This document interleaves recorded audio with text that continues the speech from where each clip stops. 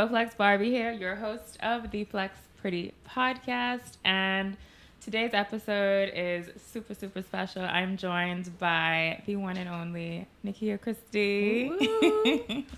Nikia, thanks so much for being here. I'm so excited to be here. I feel fancy in my first podcast. Well, I'm thrilled that I'm your first podcast host. First person to bring you on a podcast. Yeah. So I'm feeling fancy. I love the setup and I'm excited. Thank you so much for being here. Now, Nikia, I know you. Nikia been riding with me. We can get into that a little bit later, but Nikia's been a client, a friend of mine since the pandemic. Yeah. Since the start of the pandemic, so 2020. Mm-hmm. Yeah, and so for those who don't know you, Nikia, tell us about you, who you are, what you do. All right, so I am Nikia Christie, or some of you know me as Nikia DeVoe Christie. I like to hang on to that last name. And I am a mom, a wife, and a fitness enthusiast, a former athlete. Former Olympian, since an Olympian, yes. Since she ain't saying it. Yeah, so fitness and working out has been a part of my life for a long time. And I guess that's why I gel so well with Dekel, who I love for her commitment. So that's me, I guess, in a nutshell. I have been defined by all of those things. For the longest, I was defined just by being an athlete, a swimmer. And since then, I had the pleasure of becoming a wife and now the wonderful, wonderful title of mother. And all of those things keep me very busy. I also work. But right. And on top of all of that, you work. Yeah. Yeah. So in a nutshell, that's who I am, I guess. Those are the things that define me that I am proud to say. Awesome. Yeah. So Nikia, just for context, right? I know that you have like you said, you were defined by the title of athlete for a long time. Walk me through, I guess, how you got, like, when did you decide, okay, I'm going to be an athlete? Was it like from a really young age? Was it at what point were you like, I'm now this athlete, this is my sport, and this is, where I want to go with it? Yeah, so I wish I had some wonderful, inspiring story, or maybe my story is inspiring, but I started swimming at a super young age. I started learning to swim lessons at the age of 2. After school, I went to Queens College Early Learning Center, and they had a Barracudas swim club learn to swim program. And I think I joined that because my mom was working, my dad was working, to pick you up late. and I needed to get picked up late. So that is how my story with swimming started. I needed after-school care, and that was a productive way for me to keep my time. And I think for the most part, for many years, it was just fun. So I went through the whole learn to swim thing. I got competitive, and it was fun. I swam in nationals. I swam at the different meets and competed eventually at Carifta. And I enjoyed those things. Are you competitive? Are you very competitive? I'm extremely competitive. Okay. Yeah, extremely competitive. Okay. But I think when I decided to take the sport seriously was at the age of about 8. Okay. Before that, it was more about having fun with my friends, spending time with the other swimmers, many of whom came from different schools, so that was always exciting. And then the swim meets, and I remember one of my favorite parts about the swim meets, other than hanging with my friends, was the homemade Rice Krispie treats that they sold at the concession stand. So that's what swimming was for me at the time. But my coach came to me one day when I was 8, and he was like, Nikia, no female has ever been to the Olympics for the Bahamas in swimming. And so I was like, I was 8, I was like, okay, and he said, you could be the first woman to go. And I mean, I'm 8. Yeah. I don't have any idea what it means to go to the Olympics, what it takes to go to the Olympics, And I watched it on TV because that's what everybody did. My mom watched it on TV. They make a big fuss about the track athletes in the Bahamas. So I knew what the Olympics was. I knew it was a big deal. But for me, it was not something that I thought about. It was on your radar. Yeah. Not at 8 years Not old. at that age. And he sat me down and he said, nobody has done it yet, and you could be the first. And so I kind of said, okay, and then at that moment I said, okay, well, I'm going to go to the Olympics. This is my new thing now. I'm going to start telling people that I'm going to the Olympics. I'm going to be the first woman to go to the Olympics. And I don't know how seriously I believe that because I was 8. I had many, many years to go, it seemed. And there were lots of other amazing female swimmers who were really making an effort to try to go. So I thought by that time, someone can make it. Someone's going to make it. But that is when I became intentional, and that's when I started to take the sport very seriously. As seriously as an 8-year-old could take it. But I knew that there was a future in it at that point. And I really, really cherished that moment. His name is TK, affectionately called TK, but Tony Kennedy, a Canadian coach that came down and coached Barracudas for many, many years. Okay. Unfortunately, he passed a few years ago, about 3 years ago, right after Nikolai was born. So that was sad. I didn't get to send him a picture because even though he'd moved away, he was still in touch with his swimmers. But that was really... And not only was that a great lesson for the sport, it was a good life lesson because we went through this whole conversation about, you know, it's far away. I know for you it seems like this big goal, this almost unrealistic goal. But he taught me how to make small goals that could get me there. You start the prep work from that age. Yeah, so you start the preparation. So you want to do this time. You want to make this many practices a week. This is... how you want to improve your stroke. And then, you know, his idea was you write it down everywhere. You you put it on sticky notes and you stick it all over your room. You stick it on the fridge. And that is how I carried on throughout my swimming career and what I do when there's a big goal in life. So, you know, whatever time I wanted to go, it was on the fridge on a sticky note. And the funny thing is, the day that I qualified for the Olympics, before the race, I just said the time. I said the time that I needed to go, and I hit the time exactly. Wow. Exactly to the point. So that, you know, I guess the story is cool. Yeah. I mean, I think what stands out to me, like, hearing it is just, like, having the conviction, right? Like, the first thing is someone poured this thing into you, this big thing that some people may be scary, like, or be like, so even at that age, you'd be like, whatever, like no one's done it, I definitely can't, like what makes me different? But also it shows the power of that one person just believing in you and seeing something great in you enough to say, even though it's going to be years from now, you could really make history. And then you taking that and being like, yeah, well, you know, I'm confident, I believe that at 8 years old I can put it on my fridge and I can start watching, you know the Olympians that are going and doing what I need to do to start. I think even from the mental standpoint, that's what stands out. Like your mindset was already starting to shape around this goal of going to the Olympics at 8 years old, which is, I think, amazing. Yeah, and I think, you know, because the goal was set from so early, and I knew that was something, I mean, that was ingrained, that is what I was going to do. So I missed a lot of opportunities to stray.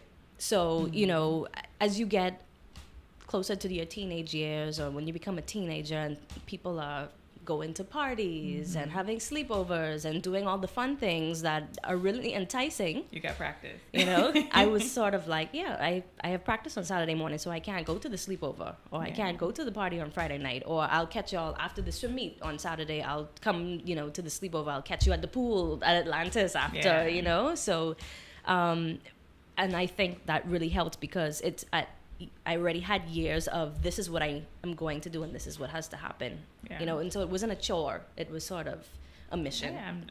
You ain't deterring me from my mission. Nothing's taking me off course. Yeah, no boys, no parties, you know. So and so that was helpful. I love that. So that's how. Okay, so that happened. It's the years of prep work. Walk me through, I guess, leading up to finding out that you qualified. Like, were you were in college at the time? I was, yeah. Okay, so even walk me through that, like deciding what college you wanted to go to, or, you know. Yeah, again, process. Not another inspirational. I went to the college that paid the most money for me to go. Okay. So I ended up in University of Kentucky. Okay. So go Wildcats. Very much off the beaten path, very different from what all of my other friends and where everybody else was going, more Florida, more Canada, you know. I was closer to home. Right. I was in Kentucky. But I had a different coach at this time. TK had already left, and a 3-time Olympian, Alan Murray, who I'm very, very fond of, who was also played a big role in my career, very, very confident in me. He could be rough when he was ready, but I needed that as well. TK was also tough. And another one reminding me of what the goal is, you know. And you're closer at this point. Yeah. So much closer. And then he was such a great example. He went 3 times. Yeah. And so when I went to college, that was a difficult transition for me. I dealt with a lot of racism Kentucky. Yeah. Right, which a lot of people find hard to believe because, you know, being bright skinned in the Bahamas. Mango. Yeah. But in Kentucky, they quickly... Yeah, they figure it out. They quickly reminded me Yeah. of who I was, where I came from, what the deal was. So it was very different. It was cold. The training program is way more rigorous, way more structured. There's no such thing as being late. You know, so there was a big shift in the way that I was training, and it took me a while. I want to say a year and a half to adjust. So my career took a hit. And then you go from long course meters to short course yards, a little technical swimming talk there. But it was a big transition for me. And at that point, that was the first time that I started to say, I'm not sure. It looks like I'm... to question yeah, I don't know if I'm going to make this goal. And thankfully, I had a good group of people around me to say, come on, you've been at this so long, you know, and you still have so much time. And you could get it together. You just have to get your head back in the game, which I did. Thankfully. But it was tough. Way more different, way more structured weight program. Yeah. Lots more hours. So swimming twice a day. And so except for Saturday was one day, Sunday was off. And then you had to wake up in the morning, you did weights, then you went to swimming. And depending on the time... On top of school. Right, on top of school. Depending on the time of season, you did weights, you went to swimming, you went to class. Then in the middle of the day, you had what we call dry land training. So pulling sleds, pushing tires, all those kinds of things. Then you got into the pool. And then you go back to class because remember your day was cut short. That's in the middle of the day. Yeah. They back to class and then, you know, so, that was, talk about social life. None. There was none. But I appreciated that new perspective and you know, that structure as well. And I came home and it was for our national swimming championships. And I had several attempts to make it. So the 50 freestyle is where I had my best shot. And I swam the 50 freestyle proper during the events. I didn't make it. There was a 400 freestyle event and Alan said, just enter the 400, swim the first 50 meters like it's your race, and then just go real slow after to see. Because once you touch the wall, that time qualifies. I didn't make it. So at this point again, I'm like, this is my last shot. Yeah. This is the end of the season, the end of qualifying. If I don't make it now, then there's another 4 years. And so Alan said, don't worry, we got this. At the end of the meet, the very end, after everything is done, before we have award ceremony, you go up and you swim 50 freestyle by yourself. And I'm like, by myself, I'm definitely not going to make it. Anyway, had a pep talk. Mommy, daddy, Alan, everybody, you know, you got this. And I spoke with TK before the meet. So, and he was like, this is it. This is your shot. This is what you trained for. This is what you prepared for. So I got up there. Gun went off. I swam, touched the wall. Too afraid to look at the clock. Nobody reacted. It was silent. And so I go, oh, crap, I didn't make it. But they asked my mom to come in time. So she was a timer. I looked at her. I figured if I made it, she's going to have excited. The best reaction. Nothing. Then she got up and started crying and walked off. I'm like, oh, I really didn't make it. And then when people started to realize, they started cheering. Everything erupted. And then I burst into tears. Alan came running, throwing papers everywhere. And it's still one of my favorite moments. Really, really special. So... Oh, I love that. Yeah. And then that was in Nassau. That was in Nassau, Oh, yeah, at the Nationals in front of a home crowd. And so that was really, really special. And there were other people too, other colleagues from around the Caribbean who came down. This is one of the last shots to make it. So, it was pretty special. Big awesome. deal. Lots of interviews in the newspaper.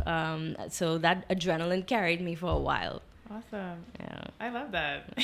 Fun. I know that you went, but like it's cool to hear the actual like full story of it, and I'm sure everyone watching could appreciate that, like, you know, like you were working towards this since you were 8, and then to have that moment, like, y'all like going. Yeah, and I was 18, so that was a 10-year journey. Yeah, that's awesome. And so you went to the Olympics.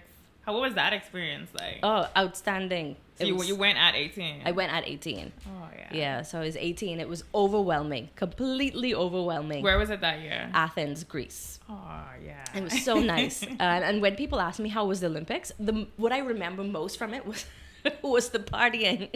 So I've heard the parties are good. So we had lots of fun. I mean, the racing and everything was fun as well. But Alan did tell me, you usually should try to get to a couple because that first one could be overwhelming and you may be off your game a bit, which I was. Unfortunately, I didn't make it back. I had an injury that prevented me from. But, I understood the role that I played was to break the ceiling. Yeah. And then get out of the way, which I did. And we've had 3 women go since then. So you were the actual first I was woman. the first, okay. Yeah. That is awesome. Mm-hmm. So qualified for the Olympics at 18. So at what point in your college career that was my second year in college. So you had 2 more years of college, finished college. You swam for the remaining 2 years in college? Yeah, I swam in college. I had a great college career as well. So awesome. Exciting. What was that like going after Olympics, going back to college, swimming for 2 more years, right? Like, what was that like going to meet with other people that are like, well, I gotta swim with the girl who gone to the Olympics? Oh, well, the thing is, Kentucky's in the Southeastern Conference Championships, which is a heavy hitter. SEC, yeah. So we had Olympic gold medalists from other schools, so okay. It was, I wasn't saying that. Y'all was stacked. Okay. Yeah. I guess I was in Mississippi State. Oh, yeah. So, yeah. SEC, yeah. You had every year, you had guys going to the NFL. Yeah. And MLB, yeah. So. Yeah. And so, and one of I think there's still a pretty strong swimming school, Auburn. So they had a lot of gold medalists and all of this stuff. And yeah, so. Okay. I mean, but still. Yeah. But it was still fancy, right? Yeah, I still like you up there. You're part of the elite.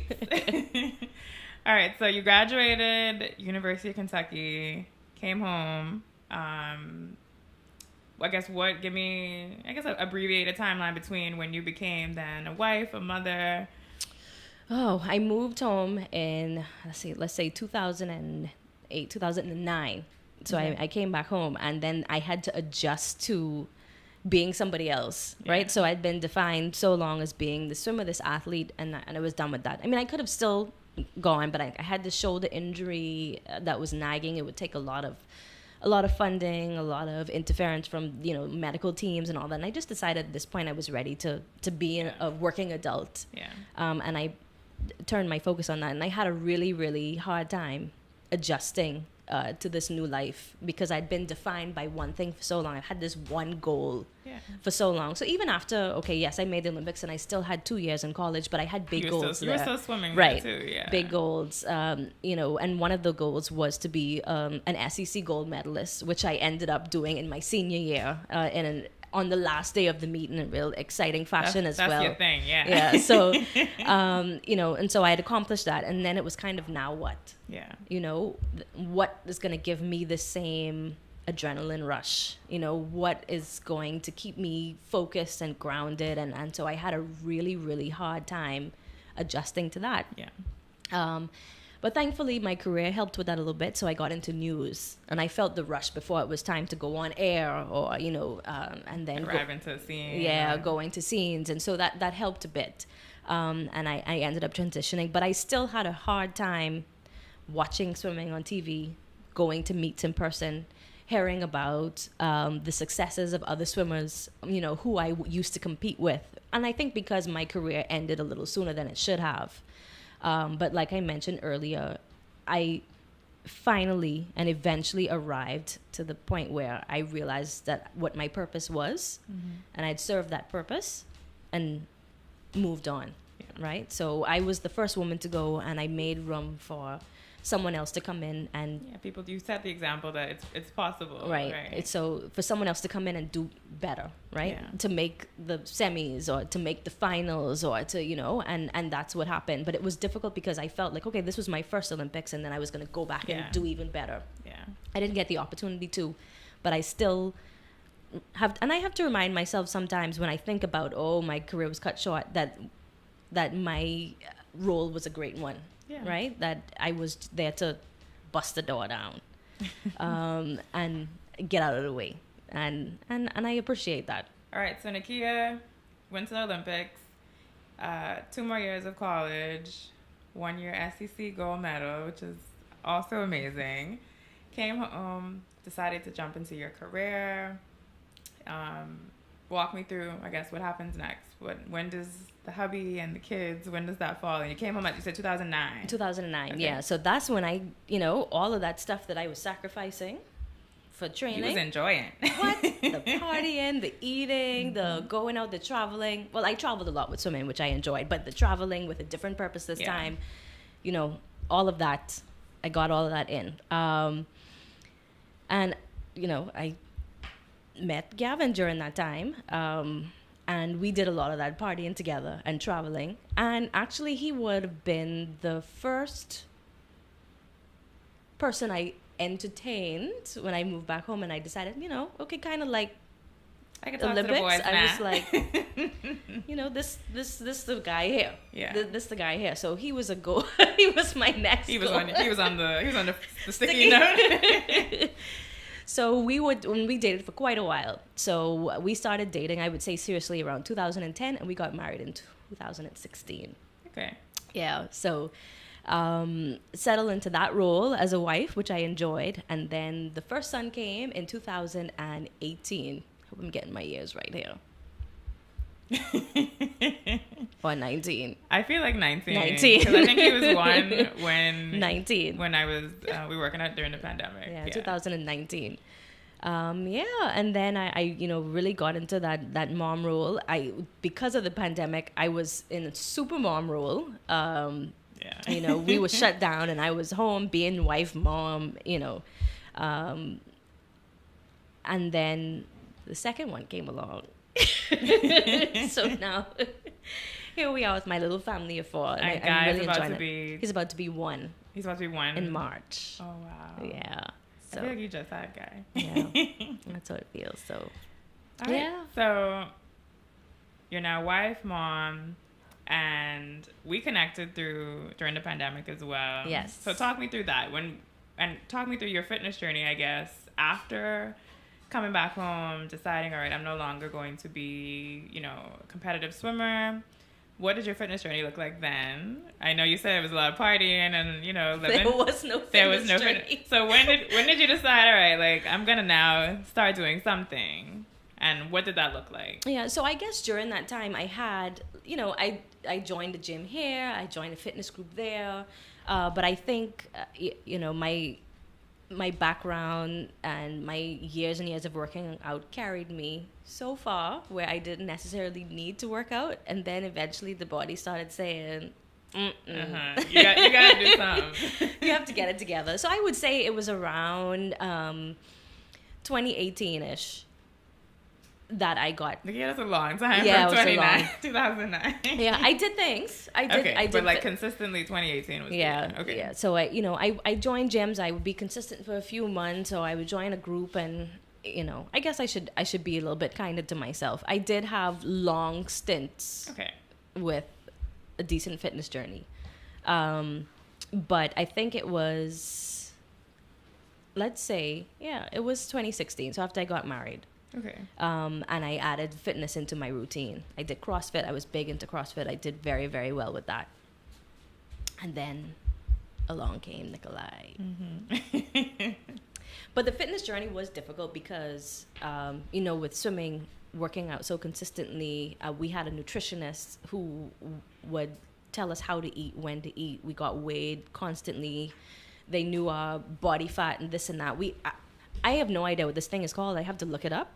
But what they would do once a year is we had to sit in this chair thing, and they would submerge us underwater. Oh, that's the most accurate one. It's like a body fat tester. That's the most accurate one in the world. So they knew exactly where you are, what you needed to be to stay where you were, and all of this stuff. And so eventually, and then I was let out into the world to say, okay, my dear, now you're now free. You're now free. So I took a really long time before I did anything. You dialed it back, yeah. Yeah. So nobody yelling at me. You didn't have to do anything. Yeah, I didn't have to do anything. And I went down that road for a long time.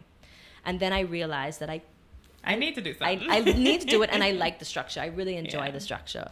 And so I would say I started to get really serious about, I'd say 2015, 2016, getting back into a serious routine instead of like, okay, well, I'll join the gym and I'll go twice a week here and try to do these classes. And but Yeah, but it was a rough ride. After having, your body as your weapon, kind of, or this was my machine, right? The main goal was to keep the machine at a certain working capacity because you had these you gotta goals, perform, right? Yeah.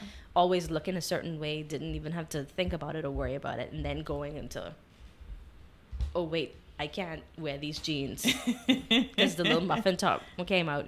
Body image played a big role too. Yeah. The years after hanging up the swim cap and the swimsuit, I struggled with that.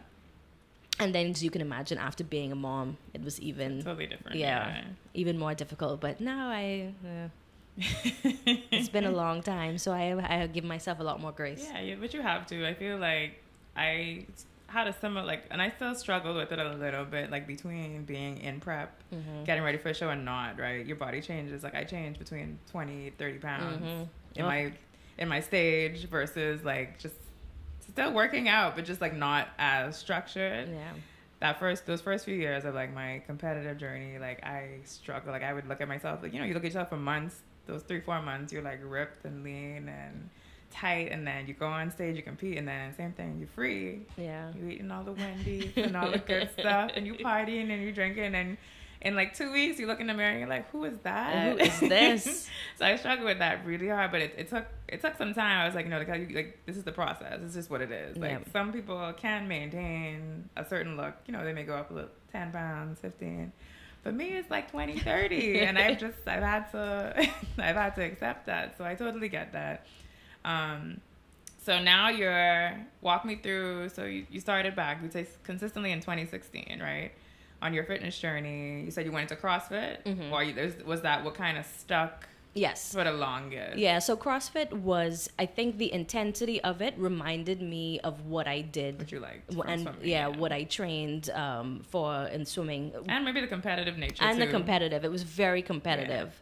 Yeah. And so, and all the things we did, the Olympic lifts and all that I did to prepare for my swimming career. So it felt familiar. It felt familiar. Yeah. It felt like home. It was what I was good at.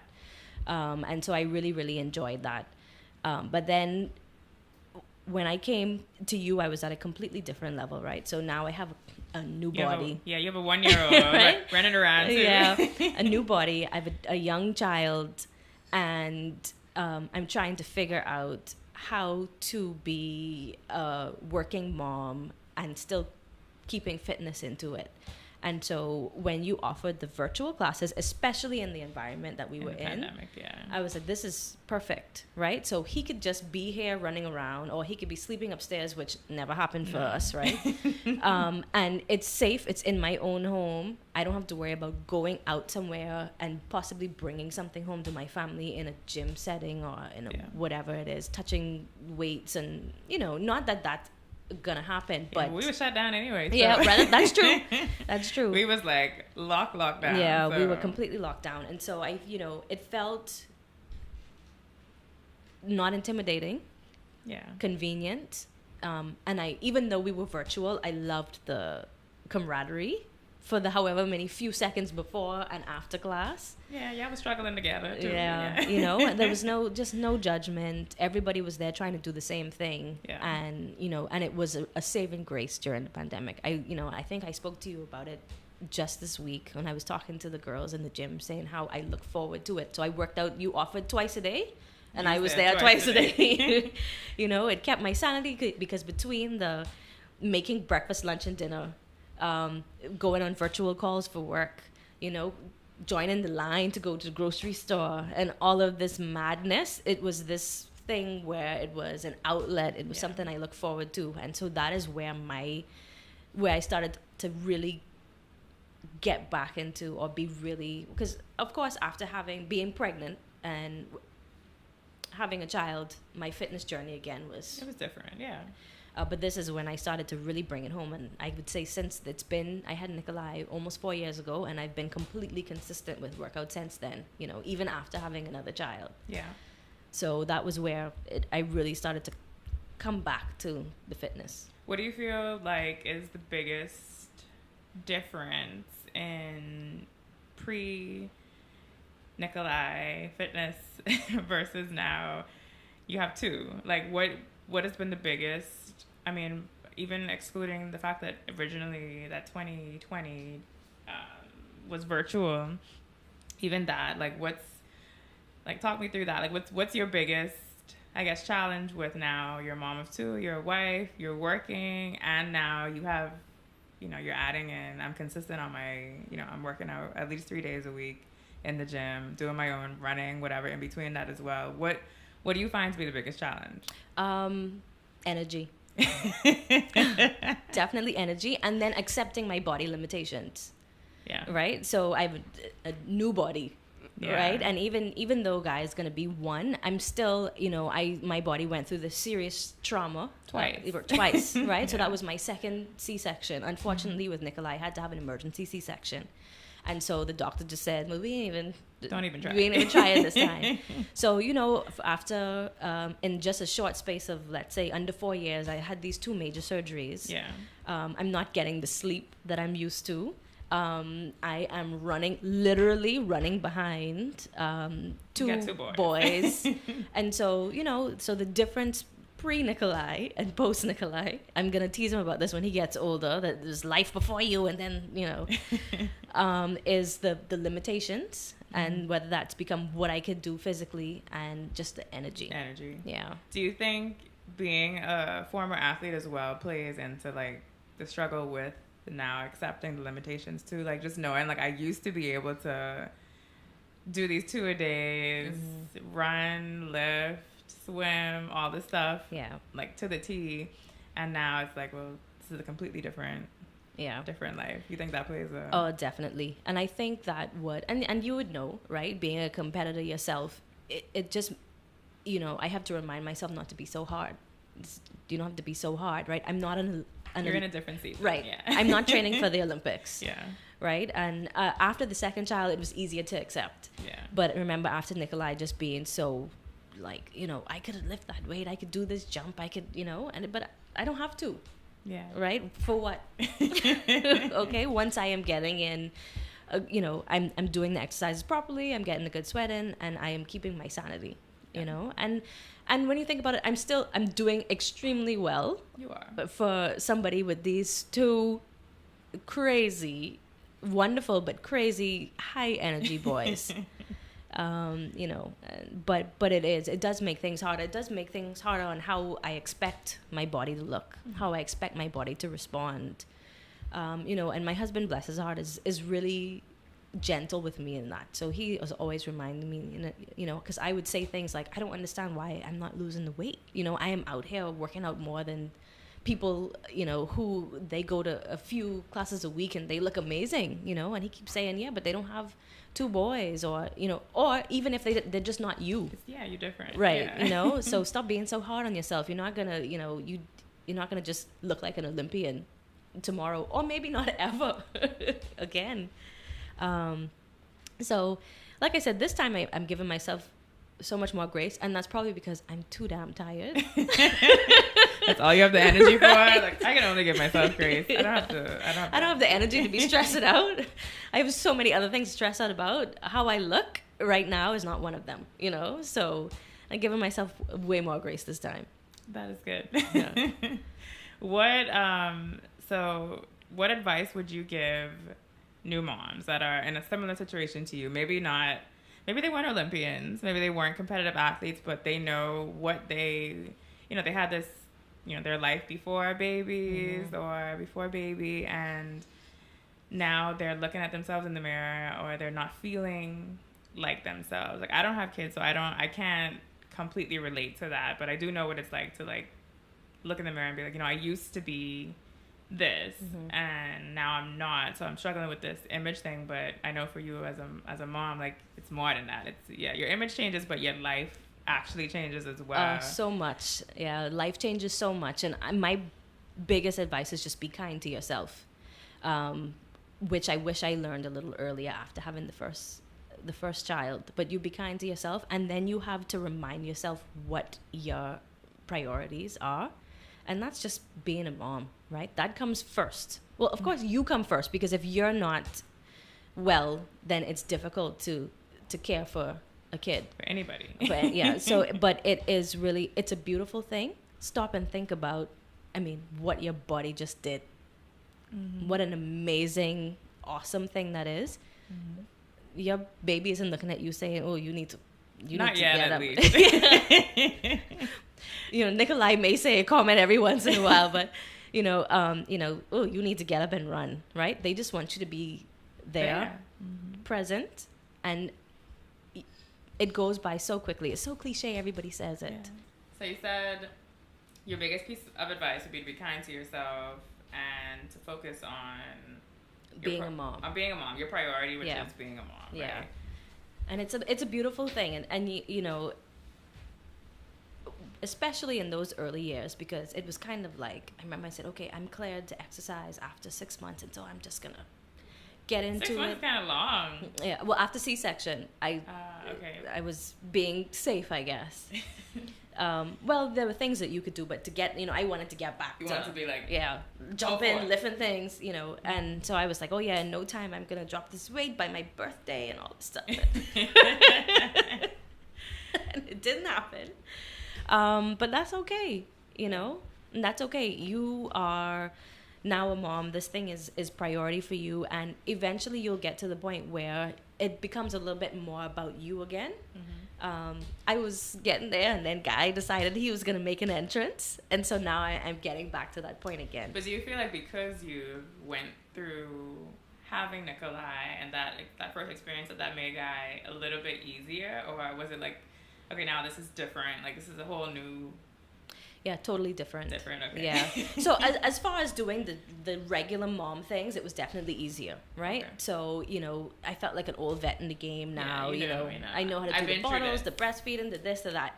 But now you have 2 kids who need you 100%. Yeah. And so that was challenging, and that made the fitness journey even more difficult because, we started out pretty early after I had Guy, and I was determined that I'm going to... Yeah, Guy was more like 6 weeks. Yeah, and I was like, I'm going to get into this, and, I know I had limitations after the C-section, but I was like, I'm going to get into it, and then I had to say, DeKel, I can't, it's just not feasible. Yeah, I just remember they were sick, and then you were sick. Yeah, and Guy wasn't sleeping through the night, and then he started his sleeping patterns changed, and so he was up, and he needed to breastfeed during our...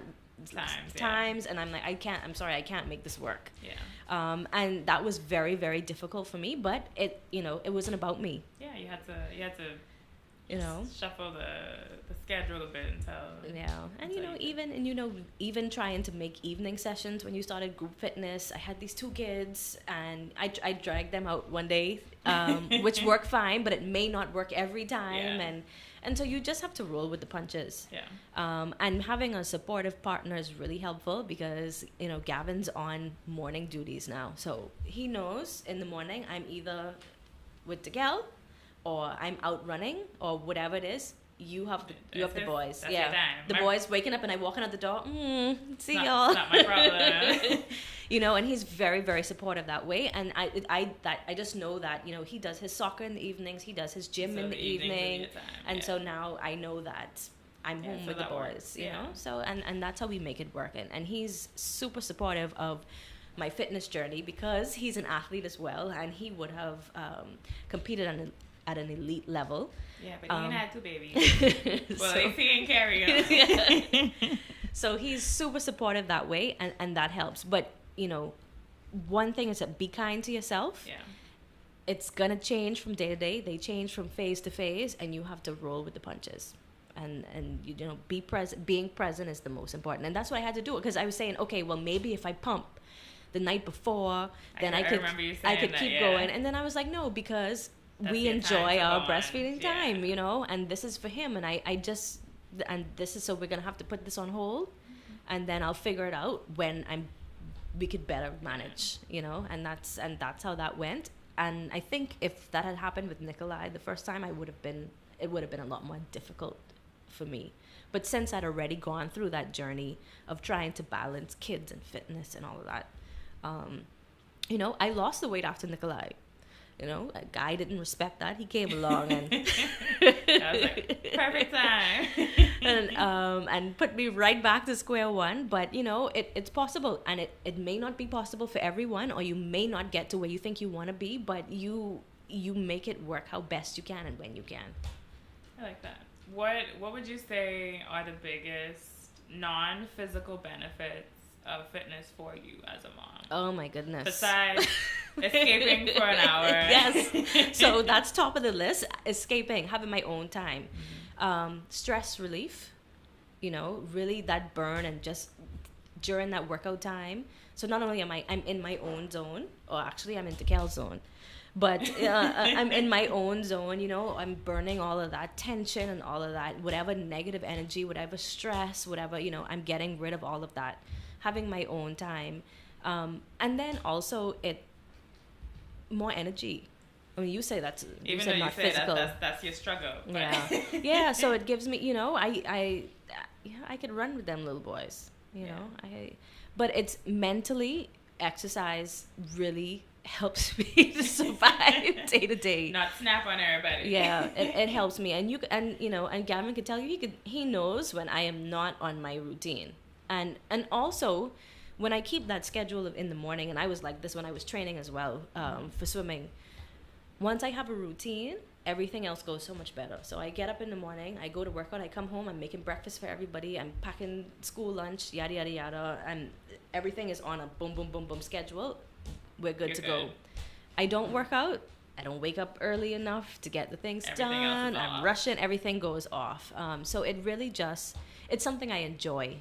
And it makes me feel like myself. Because a lot of the time, and moms will tell you, you just don't. You don't feel like your life is yours. Right. Yeah. You don't feel like yourself. You don't feel like you have control over things because you're being guided by everybody else's schedule, everybody else's needs. And so that is the time where, I do this for me. This is what I know how to do. This is what I enjoy doing. And this is my time. I like that. Yeah. So I enjoy that. All right, Nikia. Like I always do, we are going to end with a fun game. Oh, okay. You got nervous. We're going to end with a fun game of this or that. Okay. All right. So I'm going to let you answer first, then I'll answer. Okay. After. All right. Dogs or cats? Oh, that's really hard. Dogs or cats? Dogs. Okay, dogs. I have a cat. I know you have a... What's your cat's name? Barracuda. How you name a cat a fish? But I want to say, during this time, I'll have to go with cats, with having 2 young kids, because they're so you already said dogs. Low maintenance. You can't switch your answer. You already said dogs. After Bowden come in. And he came to me, so that's... Anyway. All right, Netflix or YouTube? Netflix. I'm Netflix too. Some days YouTube, but for the most part, Netflix. Call or text? Text. Text too. Toast or eggs? Oh. Eggs. I'm toast. I don't really like either, but I don't really like eggs. So I have to go with toast. Oh, Gavin would say I lied. You eat a lot of bread. I eat a lot of bread. But if I had to choose between toast or eggs, I would go for eggs. Okay. Cardio or weights? I already know this. Yeah, cardio. You like cardio more? Really? I wasn't expecting that. Well, I guess swimming is cardio. No. Yeah. Really? Yeah, I really enjoy running. Outside. I don't like the machines. Okay, you like running outside. Yeah. Okay, I'm weights. Dark or milk chocolate? Milk. I have milk too. Dark is definitely no. I mean, it depends on what brand of dark. Board games or card games? Card. What card games do you play? Well, I don't play any. But if I had to play a game, I'd play a card like Uno. What? Okay, I get it. I was thinking like the deck of cards, but okay. I'm board games. I like board games. Okay, like what kind of board games? Okay. Scrabble. So I have Scrabble, Monopoly, but I don't like playing Monopoly. Oh, I loved Monopoly. Okay. We have a couple others. I like Monopoly a lot. We have this game called Apple to Apples. Apples to Apples. I guess Pictionary. Is Pictionary a board game? I don't know. I feel like it comes in a box. So Taboo, like, is that a board game or a card game? Taboo is What's taboo? The ones where you can't say, you have to guess what the word is, but you can't say the words on the cards. Oh. I guess. So you will describe and say, oh, it's tall. It's... I consider that a board game. I guess I think cards. When I think cards, I think like the deck of cards. like I guess poker. Uno is also a card game too. All right, so I'll have to say board games then. You keep changing your answers. Yeah, because it's, you know, I'm complex. Gold or silver jewelry? Gold. Okay, I like gold too. What else do I want? Sneakers or heels? Heels. Why you let that stress you out so much? It's different after heels? motherhood. Yeah, heels though. Heels. I struggle with that answer too, but I think sneakers. If I had to choose one to wear for the rest of my life. Yeah. I spend way more time in sneakers. You spend more time in sneakers? Yeah. But you pick heels? Yeah. I prefer heels. It's less practical now, but so if you go into my closet, definitely heels. You have more heels than sneakers. Lots. Okay. Mm-hmm. I probably have equal, but my heels probably at the point where they dry rotten. So some of them. All right, Nikia. So before we close out, we have to do a toast. It is International Wine Day. Hey. Or is it National Wine Drinking Day? National Wine Drinking Day, International Wine Day, whatever you want to call it. And if there is anything else you want to share with our viewers, our listeners, whether they are moms or not, I learned a lot. Like, we went from, you starting your competitive journey as an athlete to becoming a mom. Like, all that is, I'm soaking it all in because I can relate to the competitive side. I am hoping to be a mom one day as well, so I'm taking all these nuggets too. But is there anything else you want to share with our audience? Just anything you wanted to take away from definitely. From today? So, of course, like I said, be kind to yourself. And a lot of people feel like they may not be able to relate because I've been into exercise and fitness my whole life. But, speaking specifically to the fitness journey, it's your own. And never judge your journey on someone else's. So you start your fitness journey, whether that is just getting up and walking around the house, or if that's going to start training for marathons, or if that's joining us at Bowflex, or doing CrossFit, or whatever it is. It's your fitness journey, and I encourage everyone, especially moms, to find time to move. You will not regret it. Get that stress out. Make that time for yourself. And if you can make the time for yourself, include your kids.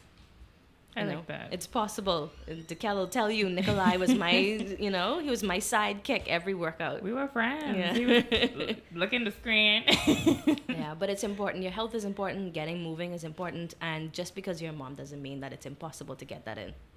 Make it work. Get it in where you can fit it in, and don't judge your journey and compare it to anybody else's. Yeah, I'd also add to that, not just don't compare it to anyone else's, like don't compare it to you 10 years ago, you 5 years ago, or you pre motherhood, right? Because you're different. Your body's completely different. You are completely different as women, especially. Like, our body mechanics and what's going on internally changes over time. Things don't work all the time the way that they did 10 years ago. I was just telling someone last week, like, I remember, like, college days, we could eat clean for like 3 days and then the waist would snatch. Now it's like, all right, we can eat like 3 weeks, 3 months before we start like seeing stuff. So, just be, like I said, be kind to yourself. Know that as we go through life, as the years pass by, our bodies change, even though we sometimes don't feel it or see it as much on the exterior. Like, our bodies are actually internally going through changes, and especially for moms, everything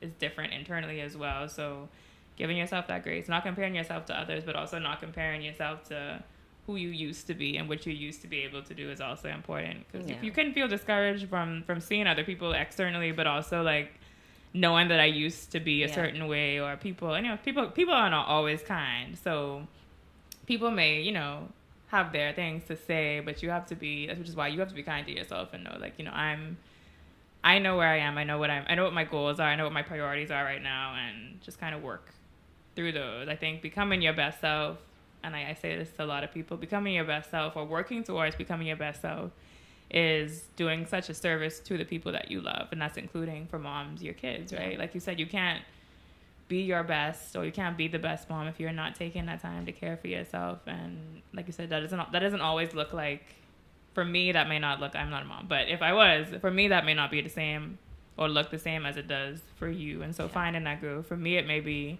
I get up and hop on a bike at home for 30 minutes a day. For you, that may be getting out and escaping for an hour every morning, or, you know, a couple of mornings a week. So just finding, you know, making, like I said, making your journey unique to you, I think, and for anyone on their fitness journey, whether you're a mom or not. I always tell people, like, your journey is yours, and that's the beauty of it. Like, you have to find what works for you, what feels good for you, and what gets you closer to your goal. Yeah. So yeah, just be kind. I mean, I want to say I am 44, 45 pounds heavier than I was during my competition weight, and I've never been happier with my body. I have lots of work to do, but, you know, the thing for me is my body made the Olympics and all these things, and that was amazing. But I mean, I had 2 kids. you gave life. Yes, I had 2 kids, and that is so amazing. You know, I find that so amazing. For my body to look however it looked after kids is absolutely amazing.